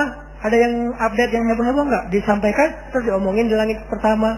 Naik ke langit kedua, diomongin di langit kedua, sampai kepada Allah. Semua langit membicarakan orang tersebut, coba. Mungkin di dunia followers kita cuma berapa belas orang doang. Tapi di akhirat atau di langit, wah, para malaikat kenal banget sama kita. Kalau kita menjadi orang yang sabar, diam, memaafkan. Ini melawan ego yang kedua. Dan yang ketiga, melawan ego untuk menerima nasihat. Karena salah satu yang menyebabkan kita menolak nasihat itu adalah ego. Merasa gengsi. Seolah-olah kalau dinasihatin itu kita jadi hina. Padahal nasihat itu kemuliaan. Jadi nggak mungkin kemuliaan itu diberikan kepada kita, lantas kita jadi hina. Nggak mungkin. Ini mindset yang sangat keliru. Terutama kalau misalnya teman-teman ada masalah dengan orang lain, dengan sahabat, dengan teman, dengan keluarga, dengan pasangan, cobalah cari nasihat untuk diri kita. Jangan cari nasihat untuk dia. Jadi kalau misalnya kita lagi ada masalah dengan teman, nasihati diri kita sendiri. Googling hadis-hadis untuk kita, jangan untuk dia. Kayak suami istri nih, lagi bertengkar. Istrinya sebel sama suaminya. Jangan cari hadis-hadis untuk suami. Googling suami yang penyabar, suami yang memperlakukan istri dengan baik. Googling, akhirnya ketemu hadis-hadis yang sahih tentang suami teladan itu kayak gimana. Kita kumpulin, kita broadcast, nih baca apa. Enggak kayak gitu cara kita melawan ego. Kalau kayak gitu kita makin ego. Justru yang harus kita cari istri yang taat, istri yang soleha, istri yang apa kayak gitu-gitu. Nyari dari hadis-hadis Nabi untuk menasihati diri kita. Jangan mencari hadis untuk menasihati orang lain. Itu nggak bisa melawan ego. Yang banyak terjadi kayak misalnya suami istri ini berlarut-larut punya masalah. Cuman selesai masalah lagi. Suatu saat bikin kayak pengajian keluarga gitu, undang ustadz. Saya dulu sering digituin, undang ustadz. Pas sebelum undang, yang undang istrinya, karena ini ustadz yang dikenali sama istrinya. Ustadz, boleh request tema nggak? Apa bu? Ini tentang suami gimana ya biar lebih sabar. Jadi dia minta tema untuk suaminya, bukan minta tema untuk dirinya. Ini yang paling sering terjadi. Suami juga gitu. Japri malam-malam, ustadz, besok boleh minta sedikit tambahan materi apa pak buat istri gimana ya biar istri itu mau nurut kepada suami ya.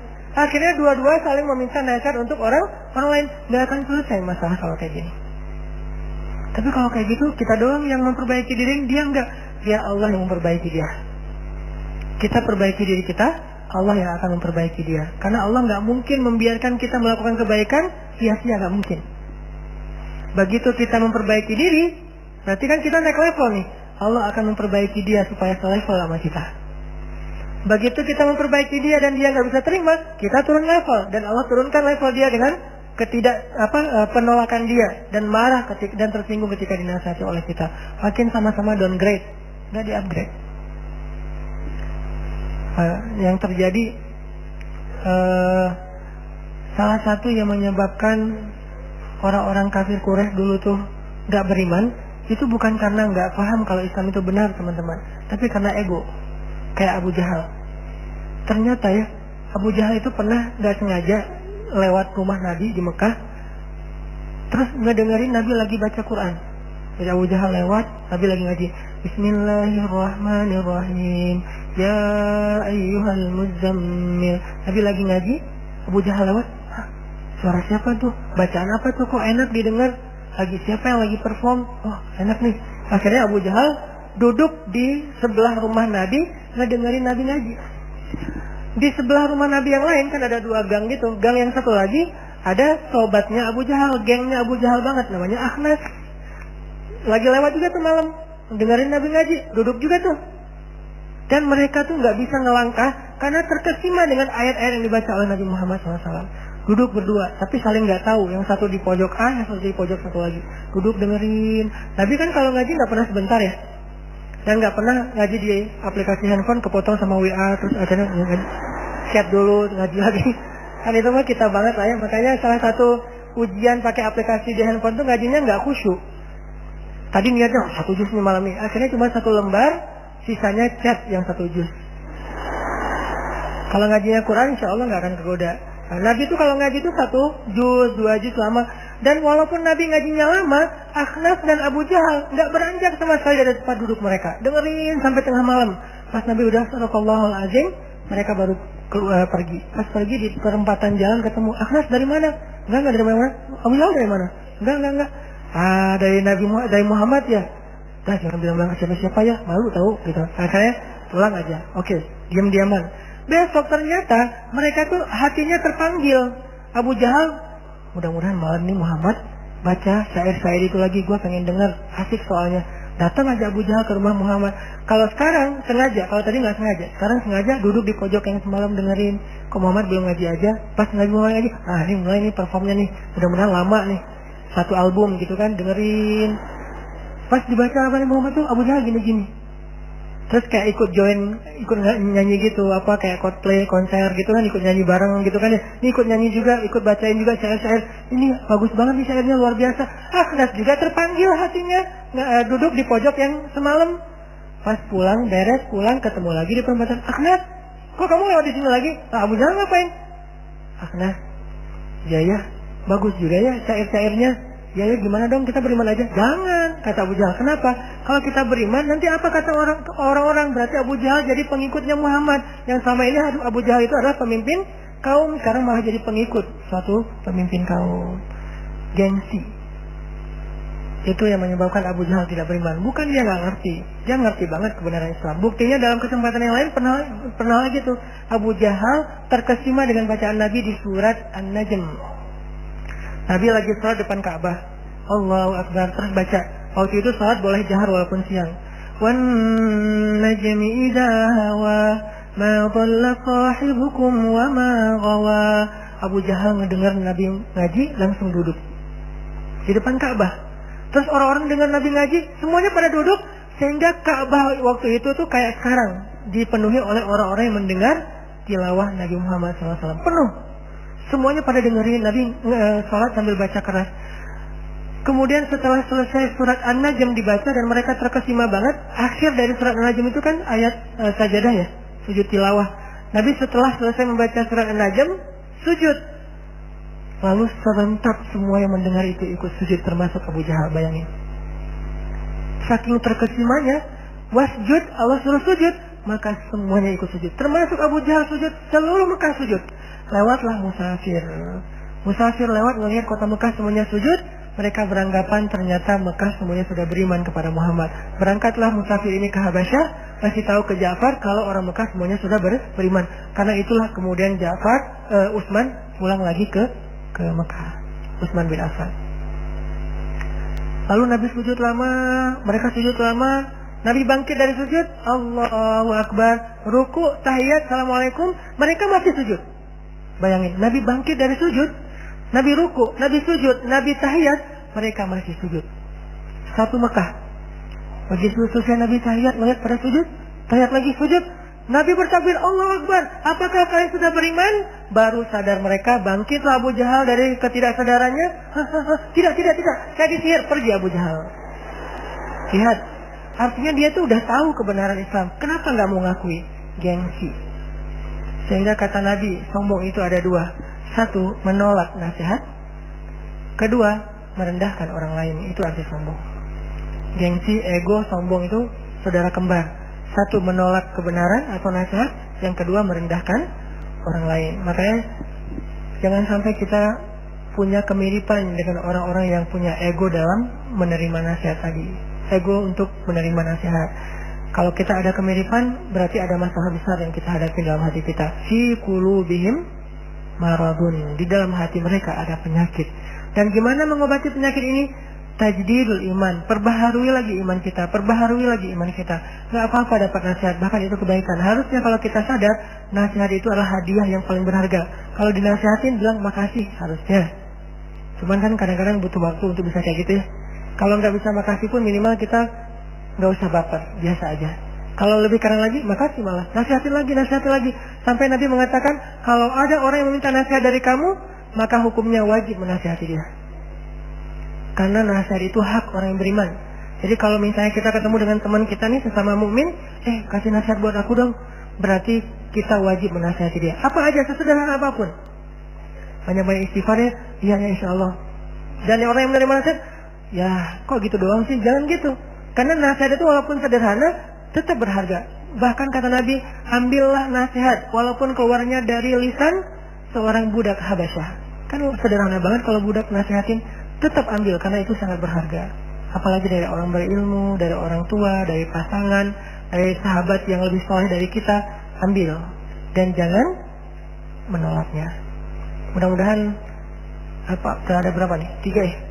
3 kasus dalam melawan ego ini bisa kita praktekin dalam kehidupan kita bermuamalah sehari-hari. Yang pertama, jangan malu untuk meminta maaf. Karena Nabi aja yang lebih soleh dari kita dan gak melakukan kesalahan fatal, meminta maaf. Dan meminta maafnya itu gak cuma bahasa tegas banget. Kedua, belajar memaafkan seperti Yusuf alaihissalam. Karena sesungguhnya memaafkan itu amalan yang paling berharga di sisi Allah nanti di akhirat. Kadang cuma dengan itu doang seseorang masuk surga walaupun dosanya banyak.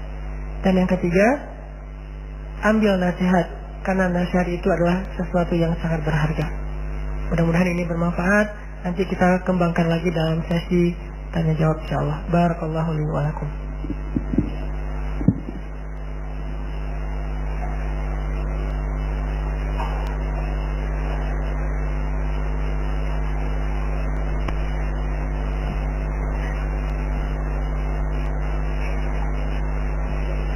Alhamdulillah, jazakallah khair Ustaz. Ini ada beberapa pertanyaan dari jamaah yang sudah kita seleksi. Mau Ustaz yang bacakan atau saya yang bacakan? Pertanyaan pertama, Ustaz, bagaimana jika di dalam taklim atau komunitas mengendalikan keegoan anggotanya yang ingin tampil atau ingin eksis sebagai keadaan taklim atau sehingga keadaan taklim atau komunitas tidak nyaman dan tidak menyenangkan lagi atau sulit untuk memberi nasihat juga. Apakah harus bertahan atau les group?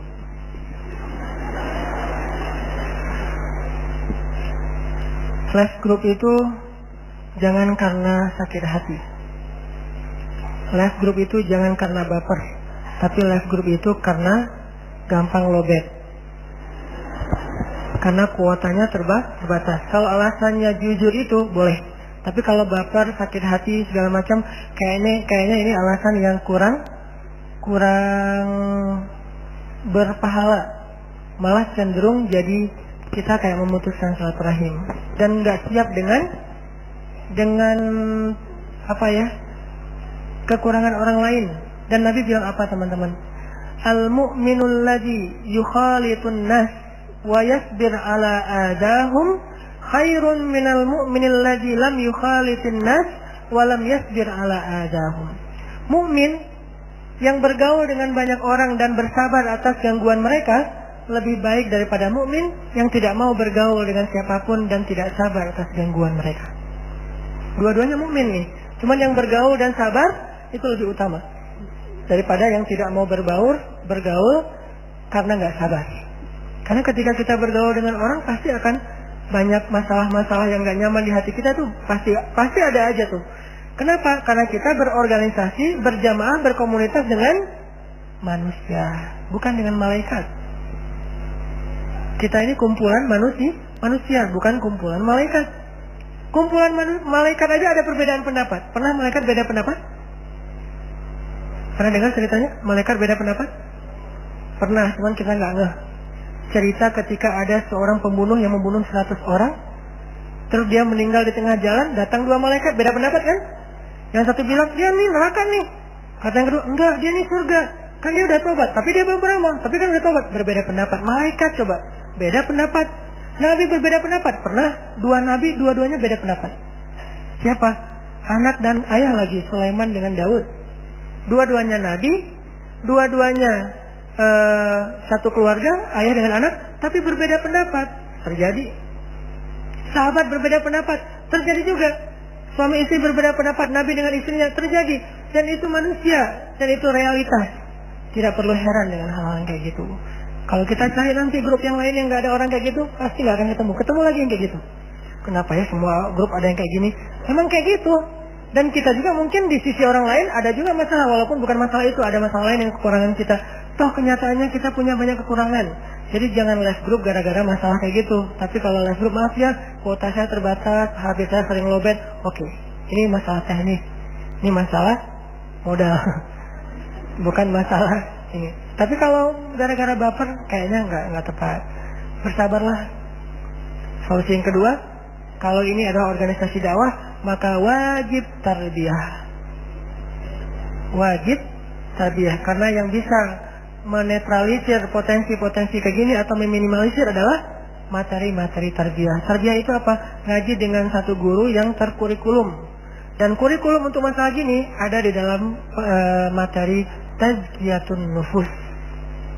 Dan itu penting banget, tazkiyatun nufus, membersihkan jiwa. Karena kalau kita nggak belajar membersihkan jiwa, ketemu orang lain yang ada adalah masalah baru. Alih-alih kita ngurus umat, malah sibuk dengan urusan di dalam internal kita. Jadi 2, 1 bersabar, jangan les grup, jangan pecah, jangan bikin yang baru sendiri. Yang kedua, tarbiyah, itu solusi paling konkret dan penting. 2 itu. Berarti jawabannya dengan bersabar dan tarbiyah. Ya. Pertanyaan kedua, Ustadz, mengapa di kelompok kajian fitnah justru lebih besar? Bagaimana menyikapinya? Fitnah? Mungkin cobaan. Di kelompok kajian, saya rasa justru sebaliknya. Di kelompok kajian itu, kalau kita ada masalah, menyelesaikannya lebih gampang. Kenapa lebih gampang? Karena kita sama-sama belajar. Kecuali niat kita bukan belajar. Kecuali niat kita kayak mungkin datang ke situ hanya sekedar ngisi waktu luang, hanya pengen ketemu teman, hanya pengen dapat entertain, hiburan dari ceramah mungkin. Tapi kalau niat kita benar-benar pengen belajar, saya yakin akan mudah sekali menyelesaikan masalah kayak gitu. Terjadi, ya, nggak usah di zaman kita. Di zaman terbaik para sahabat itu terjadi. Sahabat-sahabat senior rame, banyak kasusnya. Cuman tetap bisa diselesaikan. Saya nggak percaya kalau di kelompok kajian itu justru masalahnya lebih berat daripada di tempat kita reunian. Kayaknya enggak deh. Karena di kajian kan tadi kita sama-sama belajar Islam ya. Kalau reuni mungkin kita lagi datang dengan ada yang nunjukin status, ada yang datang dengan memperlihatkan, memamerkan kekayaannya, ngomongin tentang karir, itu kayaknya lebih gampang deh untuk bisa bikin kita baper. Tapi kalau kajian yang diomongin apa? Ayat, hadis, nasihat, iman, akhirat, mau kelas dari mana? Kecuali datang ke kajian yang diomongin materi reuni. Jadi forumnya kajian, kontennya reuni beda. Tapi kalau forumnya kajian, kontennya kajian, insya Allah nggak akan sampai terlalu berat lah. Sehingga kita coba jaga adab-adab. Nah ini solusinya adalah jagalah adab-adab majelis ilmu. Belajar nanti ada majelis ilmu itu apa aja, sampai masalah yang sepele kayak misalnya kalau kita datang ke majelis ilmu, kalau bisa, terutama buat kalau misalnya kita nggak campur laki dan perempuan, berwudu. kemudian sholat sunnah 2 rakaat, kemudian pakai parfum, kemudian kalau misalnya laki-laki nih ya pakai parfum dan saling membagi-bagi parfum gitu. Kenapa? Karena majelis ilmu itu taman-taman surga dan disunahkan wangi khusus buat laki-laki. Kalau perempuan nanti beda-beda lagi nanti mazhabnya. Yang jelas adabnya sampai segitu. Belum lagi nanti dengarkan kajian itu dengan niat bahwa saya ingin memperbaiki diri, bukan mendengar kajian dengan niat untuk mendapatkan satu dalil baru menjudge saudara kita. Nah bener kan nih kata Ustaz nih, persis kayak kemarin yang saya pernah ngalamin. Bukan, untuk diri sendiri. Jangan dapat ilmu buat orang lain, tapi carilah ilmu buat diri kita sendiri. Kalaupun masih terjadi juga, itu hal yang sangat wajar, biasa.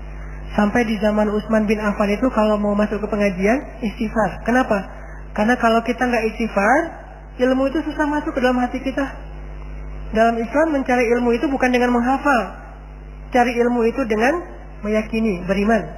Dan caranya kita harus membersihkan diri dulu dari dosa-dosa. Sampai ada kasus saya pernah cerita, mungkin Utsman lagi bikin taklim di masjid. Tiba-tiba datang seorang murid dari luar masjid, nggak sengaja laki-laki ini pas dia mau masuk masjid ngelihat aurat seorang perempuan yang rambutnya kelihatan gara-gara jilbabnya kesingkap angin. Dia ngelihat, kan sekilas nih.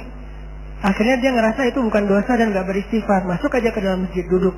Begitu dia baru duduk, Utsman yang lagi ceramah ngomong, kenapa ada yang datang ke dalam majelis kita sedangkan di matanya masih ada bekas dosa. Utsman tahu, padahal Utsman tadi gak ngelihat, gak ngalamin. Orang ini kaget.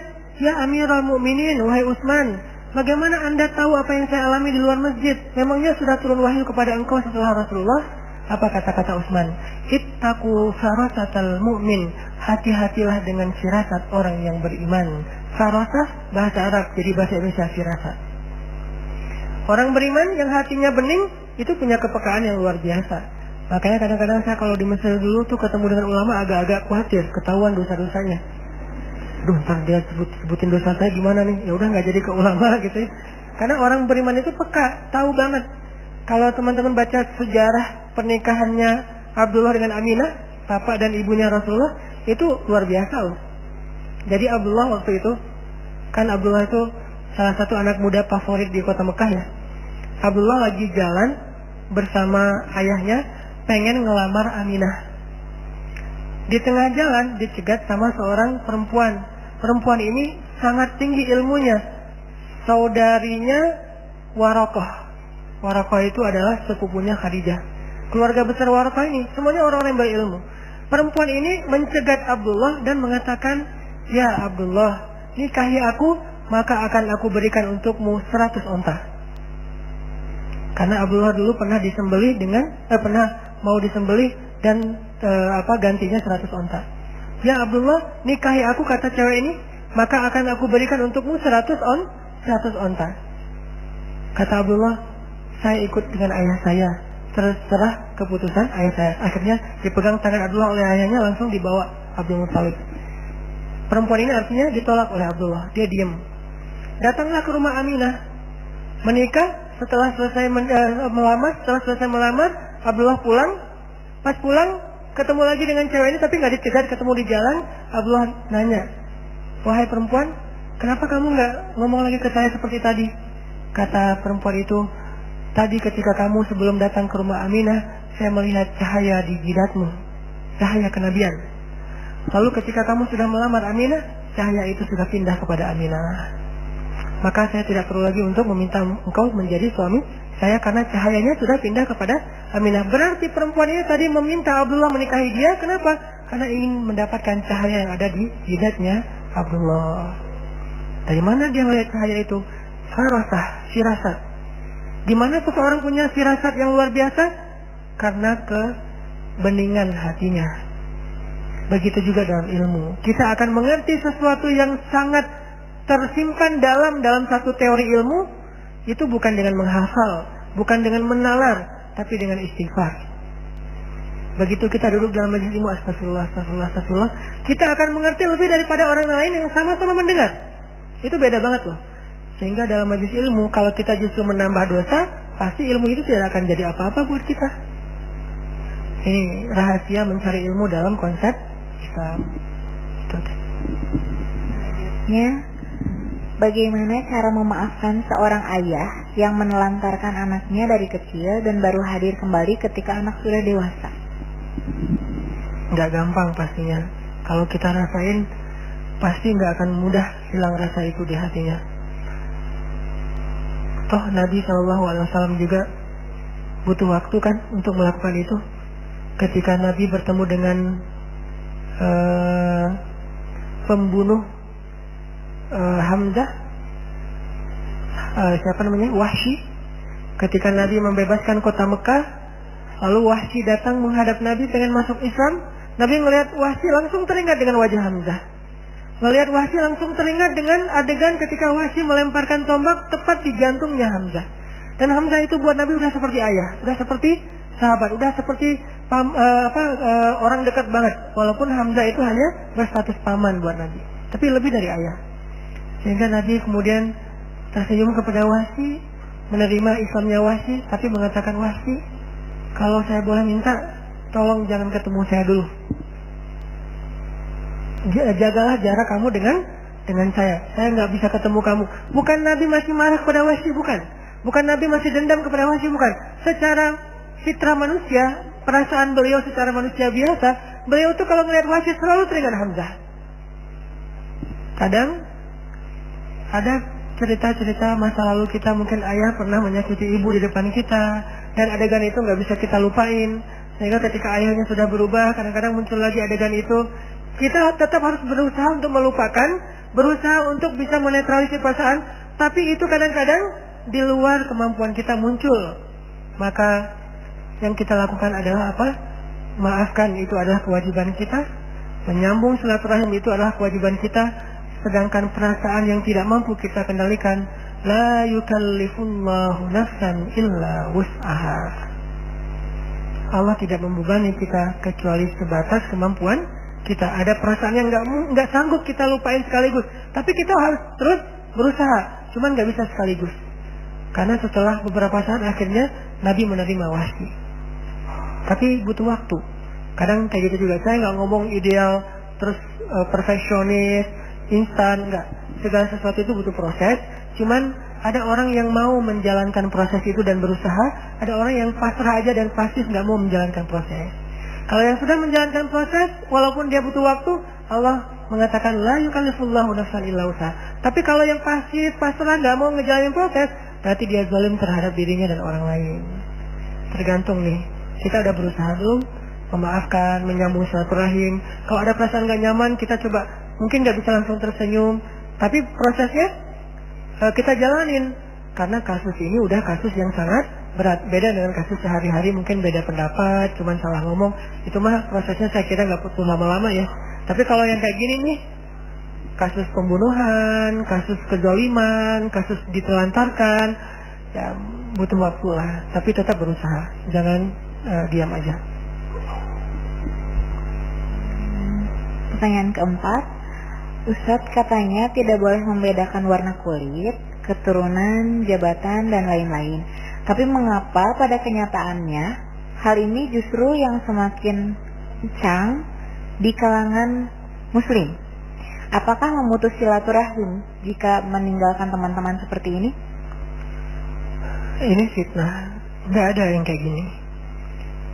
Jangan sampai kita termakan fitnah bahwa orang Islam itu makin taat, makin rasis, makin taat, makin radikal, makin taat, makin belajar Islam, makin benci kepada beda agama. Nggak ada itu. Realitasnya nggak kayak gitu. Itu pemberitaan, bukan realitas. Coba lihat deh realitasnya. Yang terjadi justru sebaliknya. Kalau ada yang kayak gitu, itu bukan ajaran Islam, itu ketidakfahaman orang tersebut, oknum. Sehingga jangan sampai kita jadi pundung belajar Islam karena takut jadi kayak dia. Pasti dia masih puber. Puber hijrah, puber hadis. Kadang-kadang orang lagi puber kan ekspresinya macam-macam ya. Jangan dia yang dilihat, tapi lihat yang udah mateng. Kalau ngelihat yang masih puber, pasti nggak akan nyaman. Namanya orang lagi mencari orbitnya pasti beda-beda. Tapi kalau ngelihat yang udah mateng, insya Allah nggak akan kayak gitu. Justru sebaliknya, saya justru ngelihat orang setelah makin paham agama, justru rasa kasih sayangnya lebih besar. dan emosinya harus lebih ketahan. Mungkin kalau kita nggak yakin sama pembalasan akhirat, kita udah ngezolimin orang lain. Kenapa kita nahan diri dari menzolimi orang lain, ngatain orang lain dan seterusnya? Karena kita yakin ada pembalasan nanti di akhirat. Itu menurut saya hanya fitnah aja dan hanya isu doang, nggak ada yang kayak gitu. Walaupun ada 1-2 lebih kepada oknumnya, dan jangan mengeneralisir. Karena masih banyak di luar sana orang-orang yang makin belajar Islam makin rahim, makin kasih sayangnya makin luas. Masih banyak di sana kelompok-kelompok kaum muslimin, bisa dia ormas, bisa dia organisasi DKM atau apapun lah, MT, yang makin belajar Islam tuh dia makin banyak manfaatnya. Dulu dia hidup buat dirinya sendiri, sekarang setelah dia hijrah, dia hidup untuk menolong orang lain. Itu banyak banget kasusnya. Jadi jangan sampai nilai setitik ya membuat semuanya jadi rusak satu belanga. Jangan. Pertanyaan terakhir, Ustaz, saya istri sudah menikah 2 kali. Suami pertama KDRT, kemudian kami pisah. Yang kedua sangat baik, tapi kurang paham agama. Saya tidak bisa mengajak untuk ke kajian, tapi dia juga tidak pernah melarang. Harus bertahan atau bagaimana, Ustaz? Bertahan dong. Emang dia bisa jamin yang ketiga lebih baik? Bertahan, bersabar, itu masih Masya Allah dikasih suami yang udah baik, udah perhatian. Hanya masalah mungkin belum ada rasa tertarik untuk dengar taklim, atau mungkin dia diam-diam sebetulnya dengar lewat streaming kali. Karena ada teman saya ya, dia tuh diajak ikut taklim tuh susah banget, nggak mau datang, mungkin karena gengsi tadi. Tapi suatu saat pas kajian kita kan pakai streaming, live streaming gitu, streamingnya keganggu, dia ngajapri ke teman saya, itu streamingnya kenapa keganggu? Ketahuan ternyata dia streaming selama ini. Jadi ada orang yang kayak gitu, jadi nggak usah dijudge dulu bahwa dia itu nggak mau belajar. Mungkin cara dia belajar beda sama kita, nggak selalu harus sama. Mungkin ibu-ibu tuh belajarnya dengan ikut taklim, kalau suami dengan baca. Ibu-ibu belajarnya dengan langsung dengan ceramah, kalau suami konsultasi dengan ustadznya, bisa japri-japrian, banyak cara kan. Nah, kalaupun cara-cara yang tadi saya sebutkan nggak ada di suami kita, bukan berarti dia layak ditinggal. Itu bukan alasan untuk kita minta cerai. Kita belum dikasih suami yang seperti, maaf mungkin kalau Asia itu dikasih suami yang Firaun kan, masih sabar. Suami kita jauh, bahkan nggak bisa disamain sama sekali. Jadi kalau Asia aja sabar, sampai Allah memberi Asia surga, padahal Asia masih di dunia tuh. Asia masih di bumi, tapi Allah udah nyediain surga buat Asia. Bisa dibilang satu-satunya perempuan yang pernah melihat surga langsung dari dunia, dari bumi, itu Asia. Kakinya masih di tanah, tapi dia ngelihat surga langsung. Itu Asia. Kenapa? Balasan buat seorang istri yang sabar terhadap suami. Apalagi ini suaminya nggak ada masalah besar, kecuali dia belum berkenan untuk datang dalam satu majelis ilmu. Doakan, ajak. Mungkin kita cari majelis ilmu yang cocok buat dia. Karena laki-laki itu kadang-kadang unik. Dia kalau nggak segampang perempuan untuk bisa menerima satu hal yang baik. Penuh pertimbangan kadang-kadang. Nggak cocok dengan ustadznya lah, terlalu logis lah, yang disampaikan saya udah tahu kok gitu-gitu. Jadi mungkin kita harus mencari taklim, majelis atau ustadz yang cocok dengan suami kita.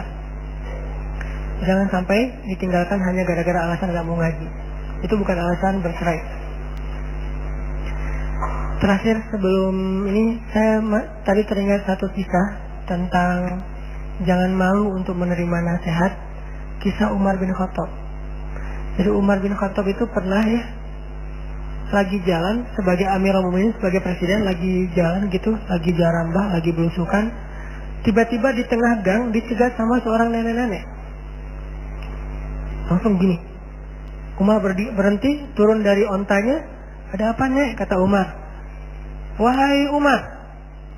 Terus pas pampresnya udah marah-marah nih. Minggir, ini udah RI 1 lewat misalnya. Gak boleh macam-macam. Kata Umar, biarin, kalian gak kenal siapa nenek ini. Siapa nenek tersebut? Dia adalah perempuan yang gara-gara dia turun pembukaan surat Al-Mujadilah, yaitu Khawlah bintu Sa'labah. Dia bilang, ya Umar, kamu itu dulu cuma anak kecil yang kami panggil Umayyah. Jadi Umar kecil namanya Umayyah, pakai Y. Dulu kamu cuma anak kecil, bocah, ingusan yang kami panggil Umayyah. Lalu Allah Subhanahu Wa Taala memberi kamu badan yang bagus, fisik yang kuat, sehingga kamu dikenal dengan panggilan Umar, orang yang gagah.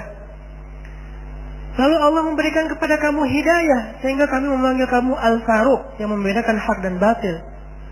Lalu Allah memberikan kamu imarah, kekuasaan, sehingga kami memanggil kamu Amirul Mukminin. Pada dasarnya kamu bukan siapa-siapa, Allah yang menjadikan kamu seseorang. Baik Nek, baik. Akhirnya pergi Umar. Orang-orang bertanya, ya Amirul Mukminin siapa dia?